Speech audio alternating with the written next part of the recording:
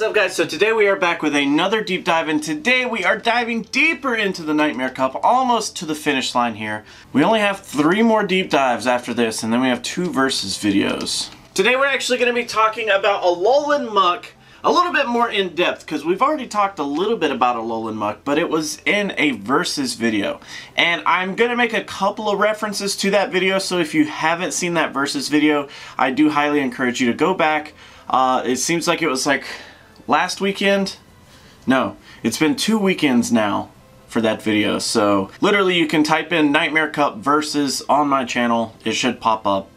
It's basically Skuntank, Alolan Muk, and Drapion all at once, I think. Alolan Muk is a dark and poison type Pokemon at level 40 with 15s across the board. You can max out at 2757. That's pretty high.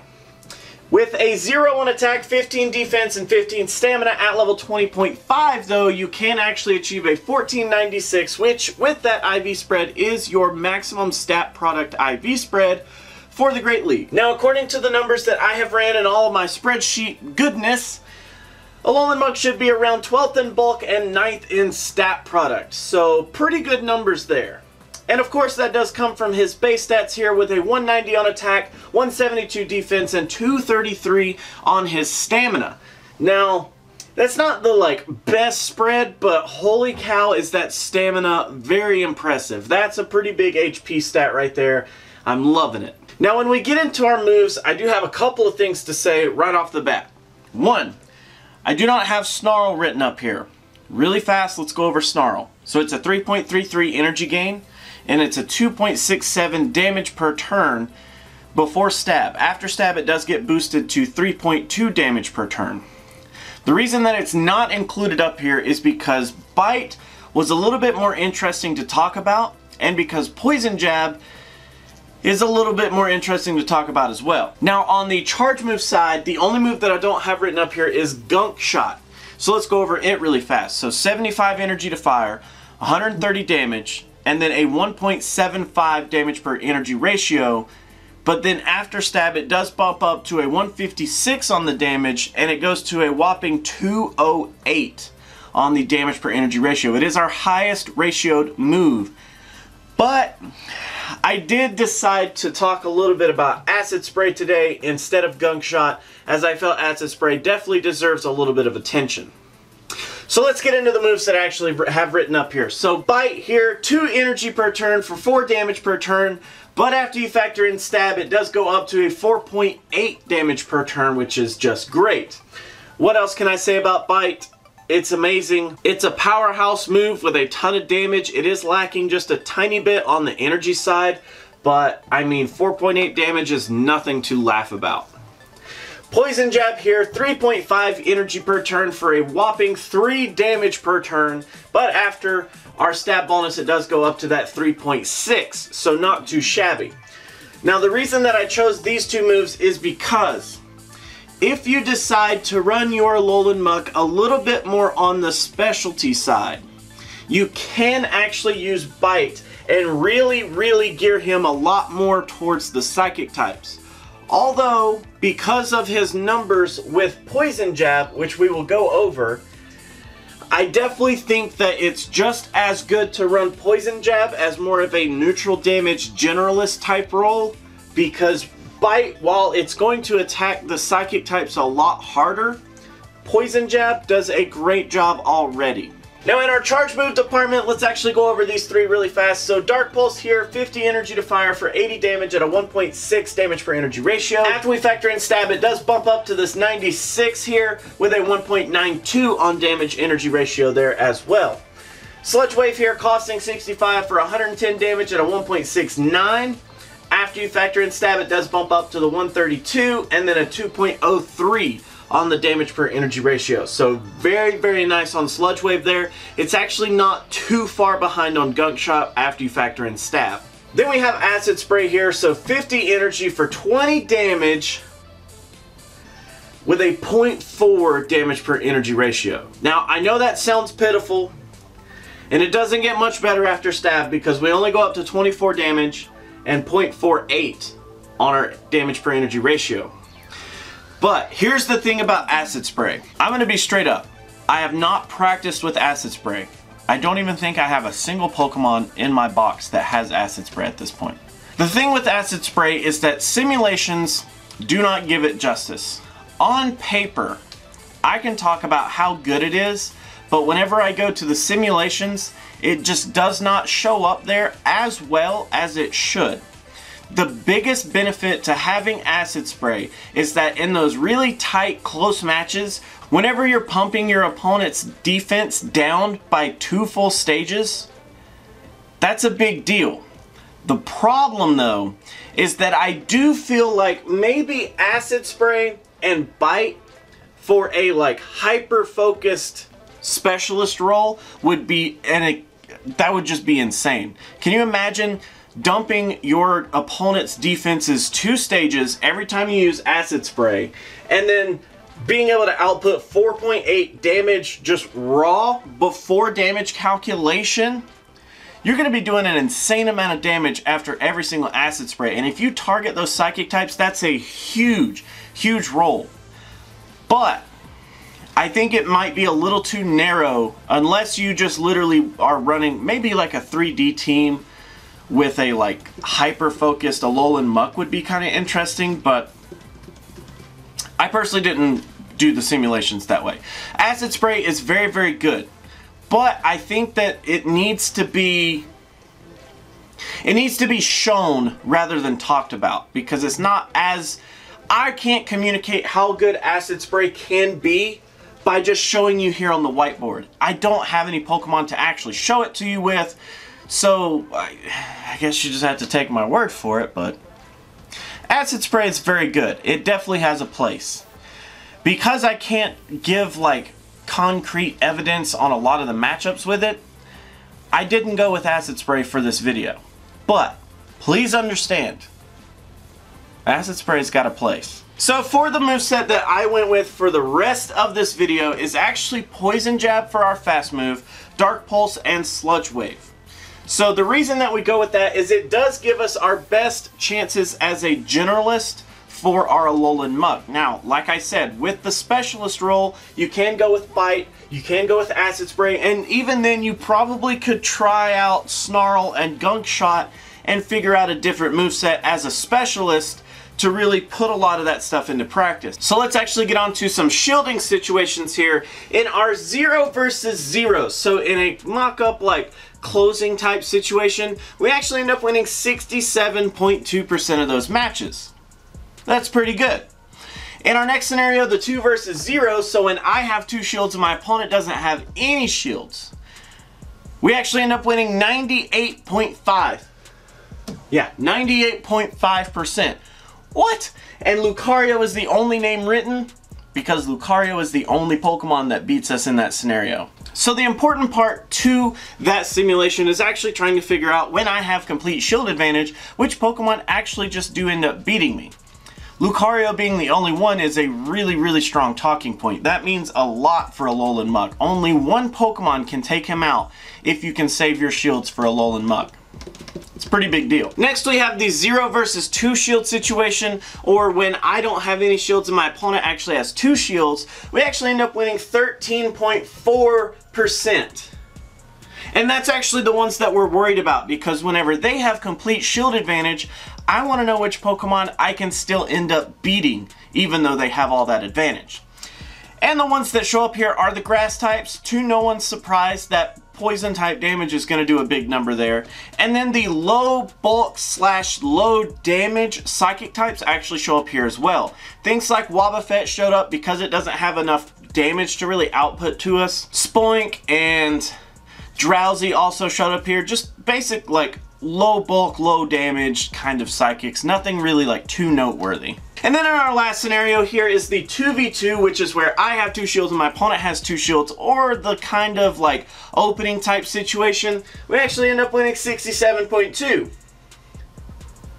Well, that's they're both 67.2. Which is actually really cool, because that means that no matter whether you choose to open with Alolan Muk or whether you try to close with Alolan Muk, both scenarios do have a pretty even set of matches between the two scenarios. So you can feel confident putting Alolan Muk on your team that whether you need to open with him or close with him, he's not going to do too shabby. Over 2/3 of the cup will lose to Alolan Muk in either situation, so I mean that's a pretty big deal. So now let's actually look a little bit into our matchups here. So in all of my deep dives I end up taking our subject Pokemon, Alolan Muk today, and I throw them up against the top 10 bulkiest Pokemon. Now it is important to know that everything on this board is ran with a 1v1 shield scenario to try to give the most evenness to both Pokemon. In our top 10 bulkiest, it looks really good for Alolan Muk. So, Umbreon, Wobbuffet, Hypno, Claydol, Bronzong, Alolan, Raticate, Slowbro, Slowking, and Grumpig. Whew. All are no big deal for us. And then we get to Metang. So Metang actually has some pretty interesting stuff here. Being that he does have that steel typing, he is going to be able to resist quite a fair bit amount of our damage. As well as Metang being able to just output a lot of neutral damage to us. It just becomes a race of who can get off some charge moves faster. And unfortunately, our Dark Pulse is our best case scenario because Metang is actually going to be weak to that dark typing. But it still edges us out just ever so slightly there. So now let's actually move on to countering with Alolan Muk. So what do we actually want to focus our attention on, and what do we actually just need to bring to the battle to actually combat an Alolan Muk? Well, this one's kind of interesting. So out of the dark typings here, I have Dark Poison +3 written. And that's because Skuntank, Drapion, and Alolan Muk in some scenarios with a different moveset can actually end up beating us here. And then we also have Crawdaunt, Weavile, and Sneasel actually doing really good damage. It literally comes down to some of the Pokemon in the dark typing that have resisted damage versus neutral damage. And if they fall into that neutral damage category, then they pretty much can have a decent matchup with us. There are a lot of really close matchups in this category as well. Tyranitar, Sharpedo, Umbreon is fairly close, and then it starts to get easier from there. Alolan, Raticate, Absol, Murkrow, Honchkrow, Spiritomb, Mightyena, and then the grass types, of course, become no problem yet again for us. Now, in the Psychic type matchups, it does get a little wonky here. We do have 3 losses, and we've already talked about one of them, being Metang. Being in the top 10 bulky list, he did show up here. Yet again, he is a problem for us. We also have Alolan Raichu, which is not too surprising considering that Alolan Raichu is able to output tons of neutral damage to us. And then we have Alakazam, which is very interesting. So Alakazam using Psycho Cut, Focus Blast, and Fire Punch can actually end up taking the Alolan Muk, but it wins with 1 HP, so very much of a gamble there, depending on if you're running Alakazam. I don't know that that would be such a great idea. Then we do have 3 different ties in the Psychic typing as well. Metagross, Smoochum. I don't foresee either of those being really big picks this month. But Xatu is actually a tie for us here as well, so kind of be wary of the Xatu matchup. Bronzong, actually, I did try to run it in both scenarios. Bronzong does end up losing whether it uses Feint Attack or Confusion. And then it starts to get easier from there. Solrock, Lunatone, Jinx, Gallade, Slowpoke, and Slowking, which we talked about earlier. Chimecho, Espeon, Wobbuffet, Grumpig. On from there, it just gets easier and easier. Now, in terms of what we actually want to bring to the table to really start combating that Alolan Muk, aside from what we talked about just now with those Dark Poisons and the other 3, and then these 3 Psychic types, fighting gets a little bit more dicey. It's almost cut half and half with the fighting types here. And the basic trend that I can find with a lot of these is basically Power-Up Punch is a big deal. So Lucario, Poliwrath, and Hitmonchan all actually end up beating the Alolan Muk here. Poliwrath is a little bit more understandable considering that it does have the ground type fast move if you do have Legacy Poliwrath, so that one makes a little bit more sense. Toxicroak actually ends up beating us as well, and the Toxicroak is literally just able to output a ton of neutral damage before it actually starts hitting with that Mud Bomb, which as we know is going to be our only weakness to the Dark Poison typing that we do carry. And then from there, a lot of the other ones like Machamp, Primeape, Machoke, Hitmontop, and Hariyama. Hariyama actually is a tie, But out of the ones that do beat us, it literally comes down to being able to output just an immense amount of raw neutral damage. Because all we have is poison or dark, we don't really have a big answer to a lot of these Pokemon. Once you break past that Hariyama tie, then you have a Combusken tie as well, and then it starts to get a little easier. So Blaziken is fairly close, but then you have Heracross, Gallade, Machop, Infernape, Hitmonlee, and Breloom all being pretty easy from there on. Let's actually get into some pros and cons for our good old Alolan Muk here. I actually have one of each today. So our first one in the cons list is actually that Alolan Muk is not the best dark poison. I'm sorry. I'm sorry if you're an Alolan Muk fan, but based purely on the numbers, I don't think that Alolan Muk is the best dark poison. We talked about it in the versus video with all the dark poisons. If you want to see what my opinion is on it, you can go over there and watch that video, but I unfortunately do not think Alolan Muk is the best dark poison. Our pro though. So here's the good thing. Alolan Muk has some really good mind games with Acid Spray. Whether you even put Acid Spray on Alolan Muk or not, people are going to be very interested to go up against an Alolan Muk expecting Acid Spray. And if they don't expect Acid Spray, you lose nothing. But if they do expect Acid Spray, then they're going to make very particular choices because they know that their defense is going to be dropped if you use Acid Spray. There are some really cool matchups that can happen. Things that just shouldn't end up happening can actually happen, which I thought was very cool. And a lot of the really close matchups, even in a matchup where you might almost lose by 10 or 20 health, Acid Spray may help. I was looking at a Heracross matchup earlier, and with Acid Spray, it can actually turn that match just a little bit if Heracross decides to not shield, or if it decides to do some weird stuff. Like it's really cool. I highly encourage you to definitely look into Acid Spray yourself, because I can't do it justice on paper. But that is actually it for Alolan Muk, guys. Thank you so much for hanging out. Thank you so much for watching. Alolan Muk is out of the way. So we only have 3 more deep dives, and then we actually have 2 versus videos, and we're done with the Nightmare Cup.